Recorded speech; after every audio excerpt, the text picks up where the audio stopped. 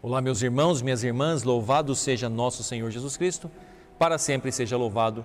Hoje, dia 5 de janeiro de 2022, quarta-feira do tempo do Natal, e juntos vamos meditar o Evangelho que está em Marcos, capítulo 6, versículos do 45 ao 52.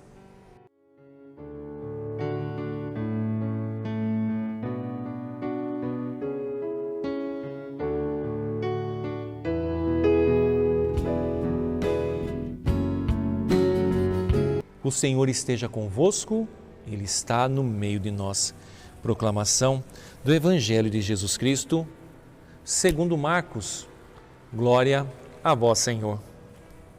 Depois de saciar os 5.000 homens, Jesus obrigou os discípulos a entrarem na barca e irem na frente para Betsaida, na outra margem, enquanto ele despedia a multidão. Logo depois de se despedir deles, subiu ao monte para rezar.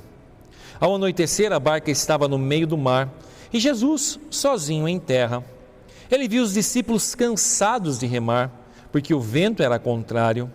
Então, pelas 3 da madrugada, Jesus foi até eles andando sobre as águas e queria passar na frente deles. Quando os discípulos o viram andando sobre o mar, pensaram que era um fantasma e começaram a gritar. Com efeito, todos o tinham visto e ficaram assustados. Mas Jesus logo falou: coragem, sou eu, não tenhais medo. Então subiu com eles na barca e o vento cessou. Mas os discípulos ficaram ainda mais espantados porque não tinham compreendido nada a respeito dos pães. O coração deles estava endurecido. Palavra da salvação. Glória a vós, Senhor. Meus irmãos, minhas irmãs, hoje nós vemos aqui mais um evento místico, miraculoso de Jesus Cristo. Ainda ontem víamos a multiplicação dos pães e dos peixes e hoje nós vemos aqui Jesus Cristo andando sobre as águas. Mas espera aí, como isso pode? Claro que pode, porque foi o próprio Senhor Jesus Cristo que criou as águas, criou todas as coisas com o poder da voz junto com Deus Pai e o Espírito Santo. É isso.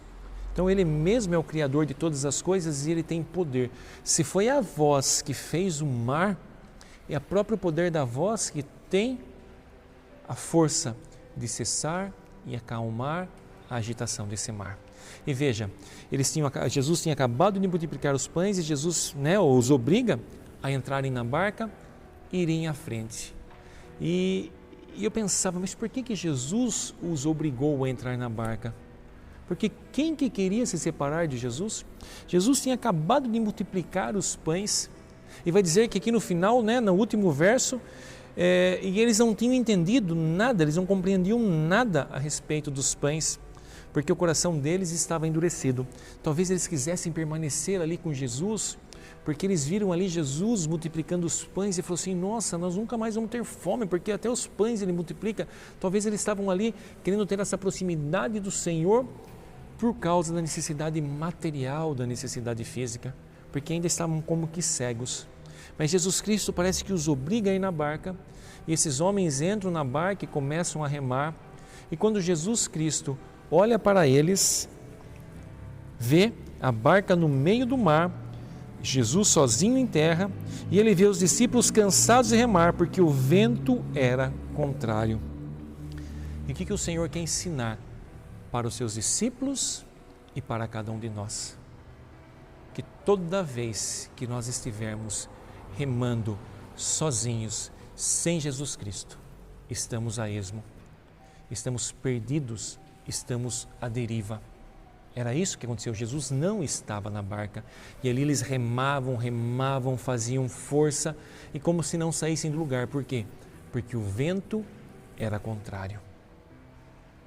Toda vez que São Padre Pio vai dizer, toda vez que nós formos começar um projeto, um empreendimento, antes nós precisamos rezar e oferecer para o Senhor, para saber se esse é o projeto, se essa é a direção, porque se não for, continuaremos como esses discípulos, estaremos ali remando contra a maré, remando contra os ventos, remando contra a própria natureza, contra o próprio projeto de Deus. Então esse ensinamento é o primeiro. E Jesus Cristo vê eles naquela situação, o que ele faz? Ele sai caminhando sobre as águas e vai dizer que a intenção de Jesus Cristo era passar na frente deles. Vai dizer aqui, é justamente isso. Então, pelas 3 da madrugada, Jesus vai ter eles andando sobre as águas e queria passar na frente deles. Por que passar na frente deles? Porque Jesus Cristo é o caminho. Jesus Cristo tem que estar sempre à nossa frente. É Ele o nosso guia. Ele é o caminho, a palavra vai dizer, Jesus Cristo é o caminho. Então nós precisamos sempre estar atrás de Jesus, para que nós jamais o percamos de vista. E a gente vê uma passagem quando São Pedro se coloca na frente de Jesus e fala, não vou permitir que isso aconteça, não. É quando Jesus começa a falar do seu martírio, não, ele se coloca à frente de Jesus e Jesus fala, vai de retro, Satanás, ou seja, vai para trás.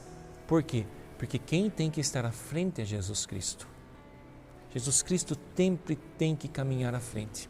Mas mais do que caminhar à frente, veja, a hora que eles veem Jesus Cristo passando, eles nem deixam Jesus Cristo ir para frente, ele fala assim, entra na barca, Senhor. Imediatamente, Senhor, Jesus Cristo entra na barca e o vento cessa. Então subiu com eles na barca e o vento cessou. E meu irmão, minha irmã, qual o lugar melhor para estar, se não estar na barca do Senhor? E essa barca, nós católicos vamos entender que é a própria igreja. Quando nós estamos na barca, quando nós estamos na igreja do Senhor, nós estamos com a certeza de que Jesus Cristo é essa cabeça. A cabeça de toda essa barca, a cabeça de toda essa igreja é o caminho, aquele que nos norteia. E se nós estamos nessa barca, nós temos a certeza que o Senhor nos guia, que o Senhor nos conduz. Então, meu irmão, minha irmã, na liturgia de hoje, tem alguns ensinamentos para cada um de nós.